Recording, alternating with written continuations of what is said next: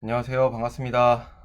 오늘 권유기, 비유초기 관리, 그리고 필이나 카우톡 서비스에 대해서 회의 진행하게 된 필이나 12지구 추구지역부장 서정욱입니다. 반갑습니다. 코로나 상황이 길어지게 되면서 이렇게 사임들을 유튜브 동영상으로 찾아뵙게 되었습니다. 아직은 저도 어색하지만 사임들과 앞에서 대화한다는 마음으로 편안하게 좀 회의 진행하도록 하겠습니다.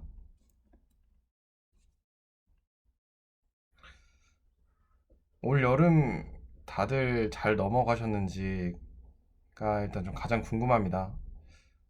촬영하는 시기가 이제 8월 말 정도인데 아직까지는 그래도 더위가 좀 지속이 되고 있거든요. 날도 선선해지면서 유량도 얼른 늘고 사장님들이 좀 걱정 없이 풍족하게 좀 유량 내실 수 있는 가을이 얼른 좀 오기를 희망하면서 회의 시작하도록 하겠습니다. 요즘 이제 축산도 빅데이터가 좀 잘 되어 있는 것 같아요. 여기 농림축산식품부 공공데이터 포탈에 들어가셔서 축산물 이력제 빅데이터 개방 시스템 여기 들어가시면은 소사육 두수나 출생 두수, 폐사 두수, 도축 두수 요거를 이제 뭐 품종별로 그리고 뭐 성별로 나눠서 여러 가지 항목에 따라서 이제 확인을 하실 수가 있거든요.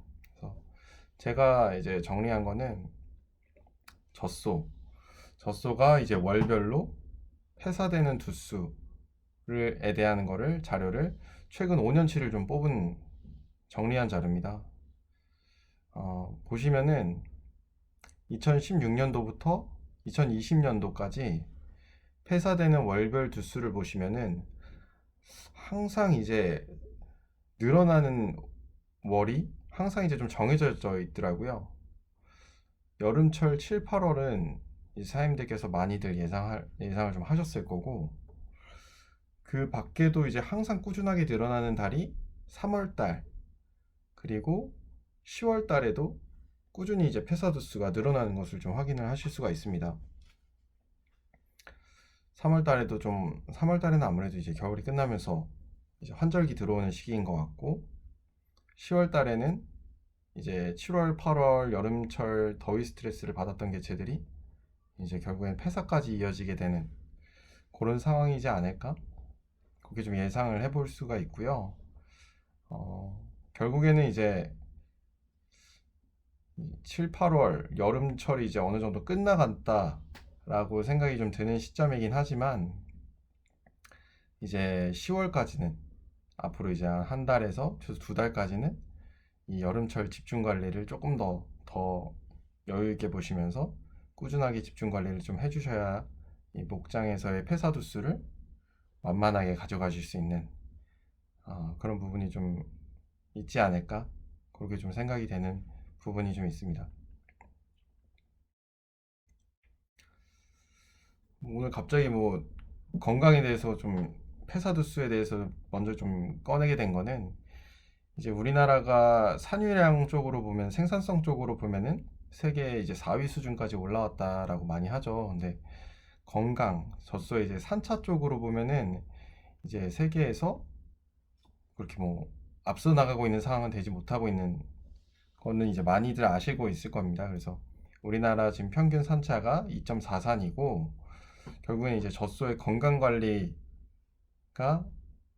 목장의 수익과도 좀 직결되는 부분이 있기 때문에 저는 이제 젖소의 건강 관리를 어떻게 하느냐.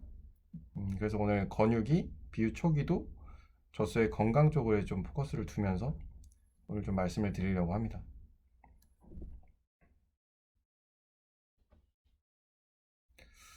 요새 뭐 사료값, 조사료값 계속해서 지금 오르고 있는 상황이죠.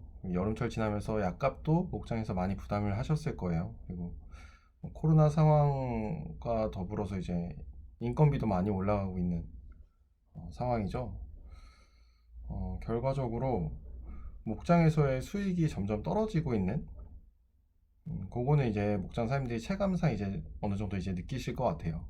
그래서 목장에서는 이제 단순히 유사비를 줄여 나가는 그거를 이제 넘어서 또 다른 목장에서 수익이 될 수 있는 부분을 반드시 찾아 나가야 되는 상황이 된다라고 좀 생각이 들고, 그 부분을 찾을 수 있는 방법이 제가 오늘 말씀드린 권유기, 비유초기, 그리고 뭐 저희 프리나의 카우톡 서비스를 통해서 이제 건강관리 쪽으로 수익을 좀 만들어 나갈 수 있지 않을까, 그렇게 좀 생각을 하고 있습니다.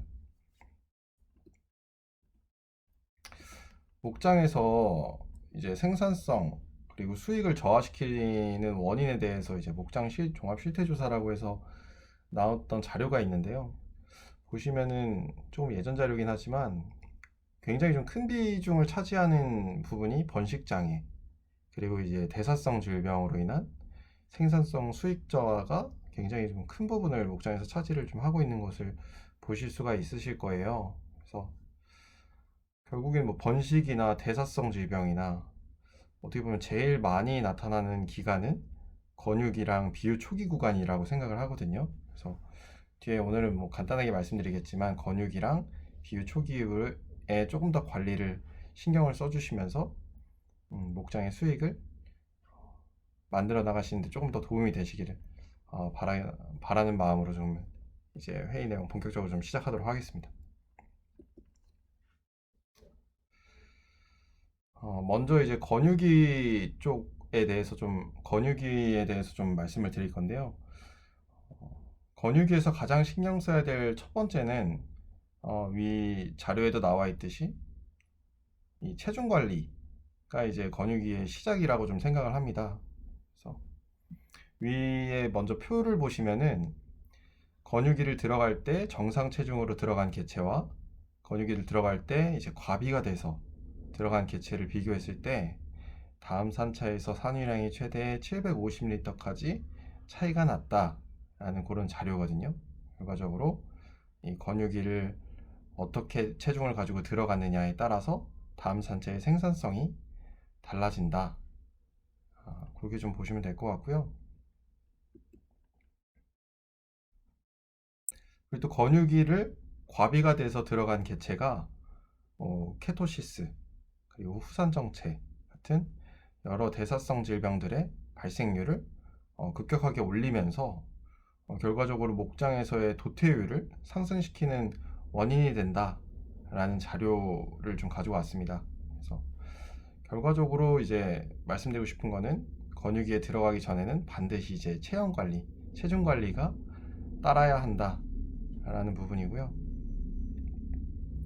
그래서 건유기에 들어가기 전에 뭐 급격하게 사실 체중을 조절하기가 사실 상당히 어렵기 때문에 건유기에 들어가야 되는 개체들을 미리 좀 선별을 하시면서 분만하기 한 5달 전, 건유기에 들어가기 한 3달 전부터는 미리미리 뭐 사료량을 좀 조절하시다든지 뭐 여러 가지 방법을 통해서 체형 관리가 이 건유기에서의 첫 번째 중요한 부분이다라고 말씀드릴 수 있을 것 같습니다.